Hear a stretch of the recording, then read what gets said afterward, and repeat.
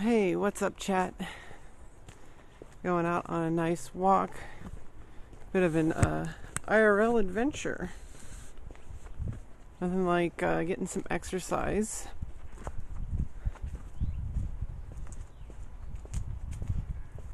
Happen like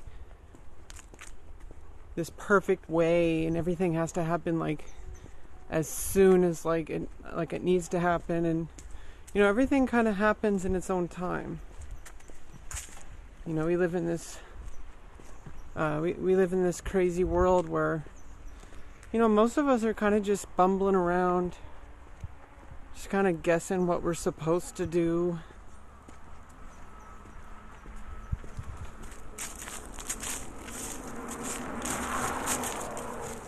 And you know, nobody really knows what is going on. We're just kind of guessing.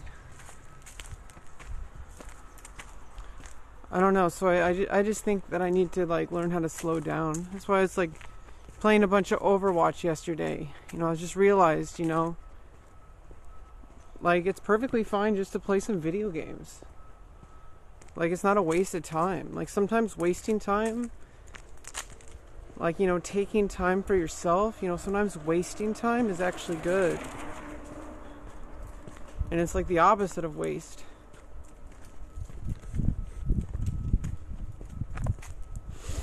It smells great out here. It's like a really interesting fall like this year, and it's like turning into winter, but it's like not freezing at the moment. So it's like this nice, warm, kind of crisp feeling right now, so it's kind of nice.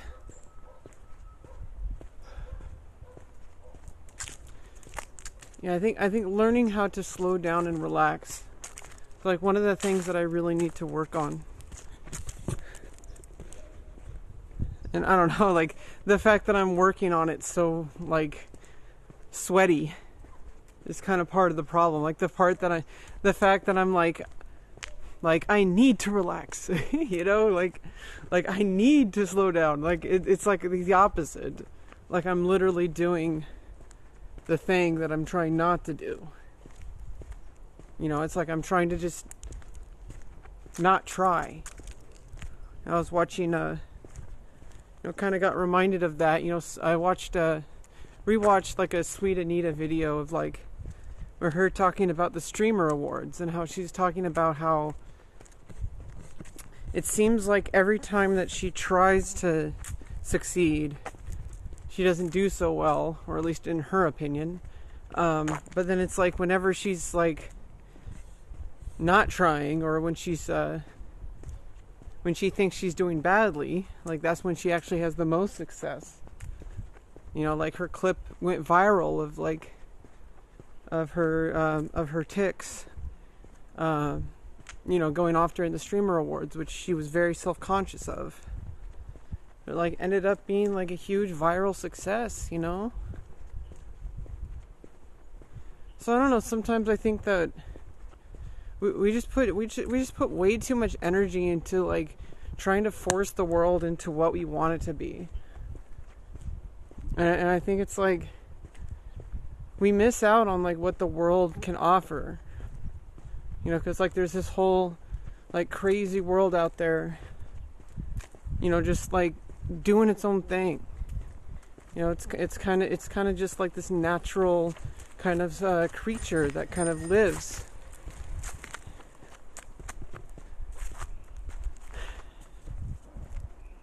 And we're like a part of it. It's like an organism, right?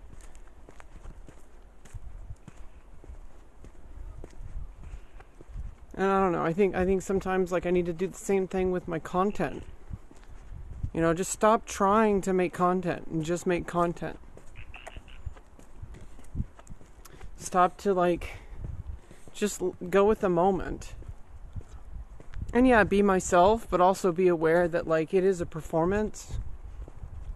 And that, you know, just because I'm being myself doesn't mean I can't flourish, you know, and be a little bit extra on camera, depending on the situation. You know, some situations, the context really determines most of it. But I can't do that unless I learn how to like just feel the moment. And right now I like feel myself like walking, listening to the sounds around me. You know, obviously aware of my surroundings, but I think I have this thing where I have this what's called hypervigilance, which is I've talked to my therapist about it and my psychiatrist, and it's like it's a bit of like an agoraphobia thing. Chat. Well, hey, what's up, Darius? I think I have the font on the chat way too small. Just a second.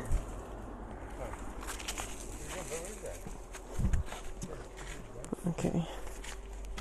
Now we got it at 200%. Okay. Well, hey, Darius, hope you had a good Thanksgiving, if you celebrate it. A lot of people might be in the EU. Yeah, like looking at like the... What is that, moss? No, it's not moss. It's like a special thing that like grows on the trees. It kind of looks like a beard or something like that. And so like, I don't know, it's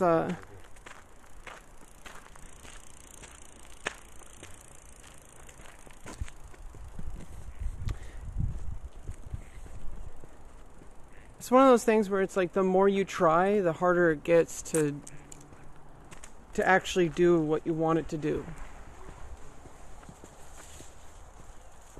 And it's like if you just take a step back and just allow yourself to be yourself, but also allow yourself to feel the performance moment. And then you know, like just there's this thing called hypervigilance, which I was talking about, which is where like a lot of the time, and especially if I'm having a really like hard day, if it's a really tough day, because sometimes agoraphobia works that way and sometimes it doesn't, because it's how mental health works. We're constantly shifting. Like we're I don't know, we're like this kind of like organism that kind of shifts around. And I think when it comes to hypervigilance, what happens is you're constantly aware of your surroundings and you're thinking like, you know, I think it comes from like our old like survival instincts and like our lizard brain or whatever. And it's when we like, some of us it's like a little bit more focused, you know, especially since I'm on the spectrum. And basically what happens is like I'm focusing so much on what's going on around me, and I'm trying to like be aware of everything. And I'm trying, and it feels like everything is like it doesn't feel like that right now. Right now I feel really relaxed and calm and natural, like I can go with the flow. But sometimes I'll be out and about, and I'm like constantly aware of the people around me, and the, you know, especially if I'm around, you know, interestingly enough, it's especially when I'm around people that I know really well, you know, because it's like when you're around people that you really trust, and then suddenly you no longer trust them. That's really the worst part. Because obviously, you know, most people, I mean, I don't want to like treat people like NPCs, but you know, most people you don't really know. You just kind of interact with them, and you know, it could still be pleasant. You know, you could still be very courteous and, you know, enjoy your time around other people and be acquaintances even. But, you know, when you have so much hypervigilance that you suddenly see your closest and most trusted friends as enemies or danger, like that's when, you know, that's when I'm having like a panic attack. And I think trying to understand that is like the key to getting past it, because ignoring it, I already know from experience, ignoring it does nothing. Like, or ignoring it makes it worse, actually. And so when I kind of lean into the feeling, like lean into that discomfort, kind of look at it, put it on the microscope, kind of ask like, what is making this happen? Because it's not random. Like there's a reason why I feel that way. Any kind of emotion that we have, it's trying to tell us something. It's our mind and our body. It's trying to tell us something. You know, like, that's why we've evolved these emotions. And I'm no psychologist or anything, but I'm definitely no biologist. But there's a reason why we feel these things. They don't just exist for no reason. You know, even like like any kind of like disorder that we might have, like those things are there for a reason. There's some kind of genetic reason why I'm autistic. And maybe it's, I don't know, maybe you could see it as a spiritual thing, and maybe like it's autistic people who kind of put something into the mix to try to like change things up, because otherwise society gets kind of stuck in doing its own thing, and we think can work differently.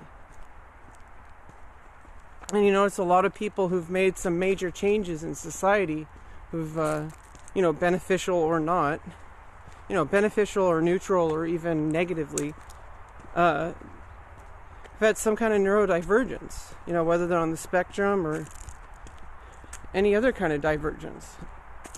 And I'm not trying to say that like I'm some kind of like special kind of better than everyone, holier than thou, or whatever kind of person.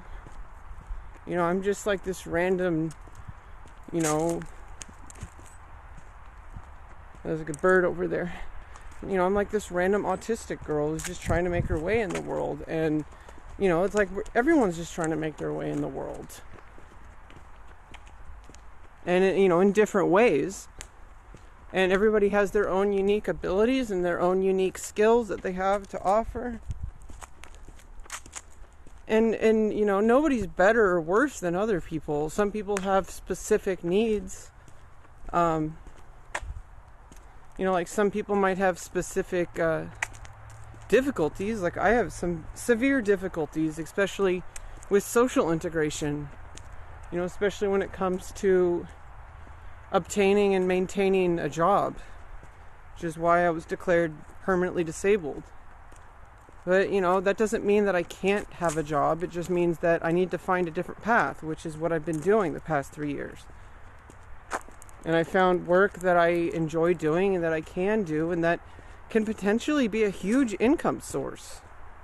If I just keep trying, just keep showing up, keep putting in the work and keep trying to research and learn, don't just coast.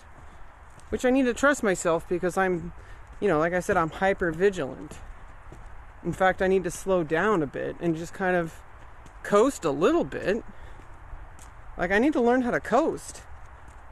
Like at some point you need to like let your body like rest so that it can be stronger later.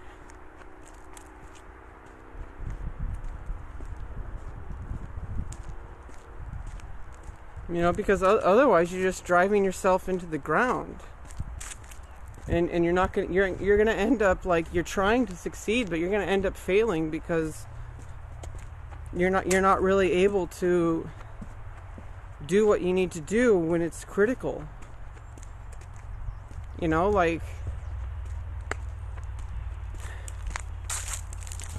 having this awareness is really important.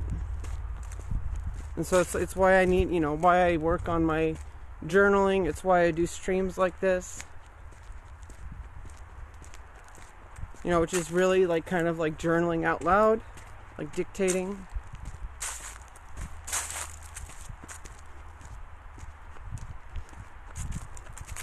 And I think things are going to be okay if I just let them. Because a lot of the times I like want reality to be a certain way. But like I said earlier, you try to make reality a certain way and it ends up going nowhere near where you want it to be. In fact, you might even, set yourself back. You might end up making things worse, more difficult for yourself. Stop doing that. Just kind of enjoy the world around you. And obviously, you know, don't lose track. Don't ever lose sight. You know, it's pretty difficult to do, because even if you're trying to lose sight, even if you're trying to forget and trying to be lazy or trying to fail, like, you're still going to come back, you know, if it's truly important to you. Like, it's always going to come back.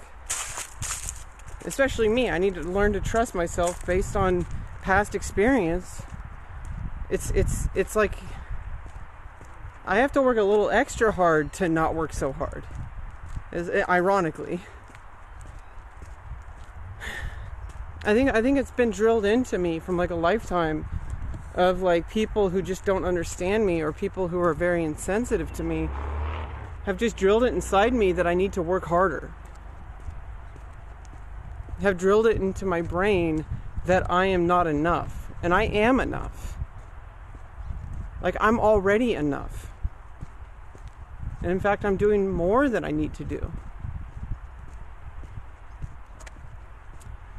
And I think it's with that realization that, you know, we can, you know, kind of start to like realize like what actually makes me happy, what actually, you know, makes me feel comfortable, what makes me feel at peace, what makes me feel fulfilled.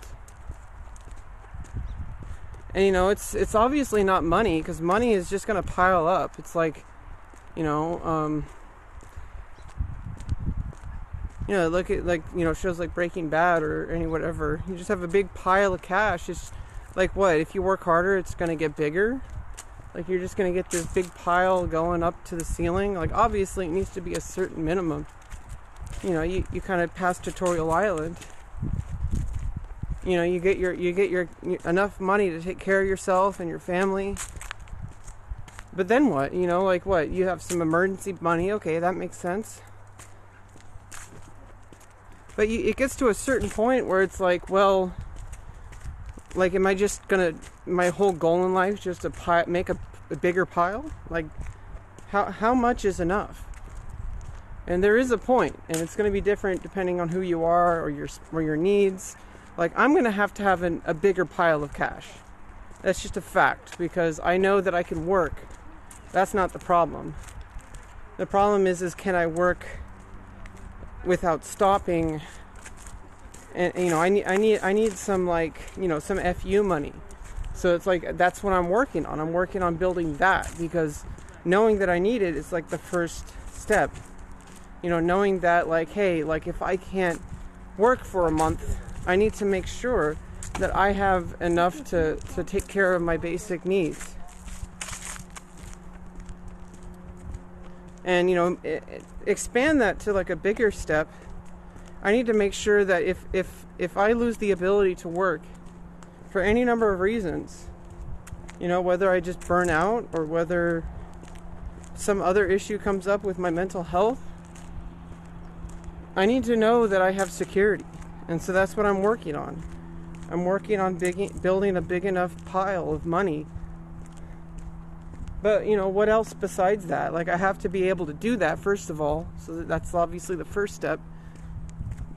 But what are the things that truly make me happy? And so another thing that I'm slowly working on is I like working with people.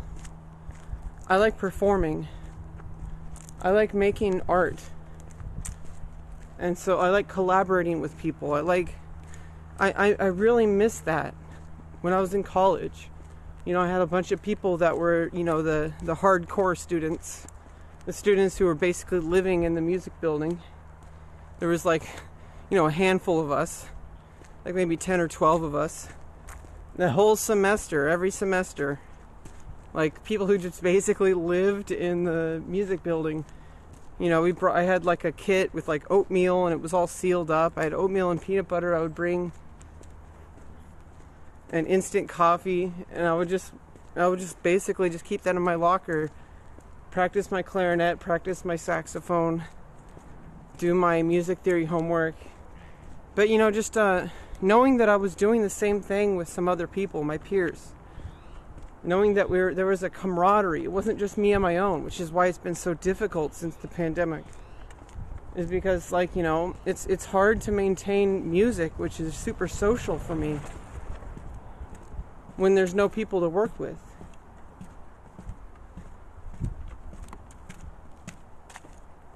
So I do want to reach that stage again. You know, work with other musicians, you know, whether it's in an orchestra or whether it's with a jazz combo or any kind of group like that. Like I want to work towards that. And, you know, some of that requires investment. So it all goes back to making that money. So, you know, there's a lot of things I want to achieve in life, not just making money. Like, I don't want to just survive. I've been surviving my entire life. You know, I want to be able to truly live. A lot of people say King Darius, I guess. Yeah,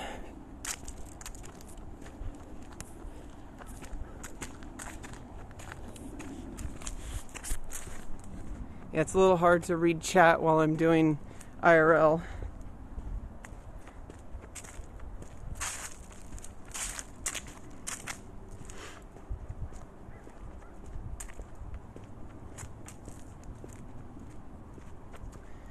I think things will be okay. Maybe they'll be more than okay. You know, I got a good head on my shoulders. I have a good heart. You know, I'm focusing on my health, both physical and mental. I have like a solid plan. A lot of people, even people my age, don't have a solid plan. They're kind of just on autopilot. You know, they go to work, they go home, they go to work, they go home. It's a different kind of problem because they have the financial part down. At least pretty stable. They're way past where I am as far as financial stuff goes. But they're at a different stage that I feel like I have an advantage of. Because I have never had the ability to cover the financial part, so I worked on that instead. It's like you're playing an RPG, like an MMO or something, and some people want to grind XP, some people want to grind crafting, and the people who grind crafting or you know, focus on trying to get the best items instead of getting as much levels as soon as possible, the people who've, like, you know, speed run to endgame, they suddenly find themselves, they don't have any gear, they don't have any crafting leveled.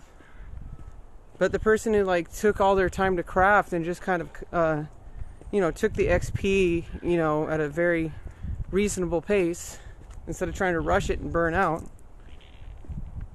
By the time I get to endgame, I have, like, you know, crafting, like, maybe even capped. And I can make armor that I need. You know, that some people, they get to the endgame and then they find themselves, like, not even able to fight the basic raid bosses. You know? Because they don't even have any gear. They just have, like, the whatever gear they got, you know, like from the auction house or whatever. And they never focused on getting the higher level ones. They just got, like, the bare minimum so that they could level up as fast as possible. And then they're going to have to put in a whole bunch of time investment doing, like, the same, like, a very repetitive, boring task that's going to, you know, doing dailies that you could have been doing all along, but, like, a little bit slower, you know, just ramping up as you level up, you know, slow and steady. But by the time you get to the end game, you don't have to do that boring grind. You've already been doing it, but it's been less boring because you had more time to do it. So you can actually enjoy the game instead of just, I have to show up every day, I have to do 4 hours of grinding to get these items because I didn't do it from the beginning. And then you miss out on a lot of experience of, like, enjoying the game. It's supposed to be a video game, right? You're supposed to enjoy it, right? And I guess I just kind of think of life, I should probably try to think about life that way. Anyway, I gotta go. I'll be back in a bit. And we're gonna play some Overwatch. And that should be really fun. Hopefully the stream was pretty good. I'll see you guys in a bit later.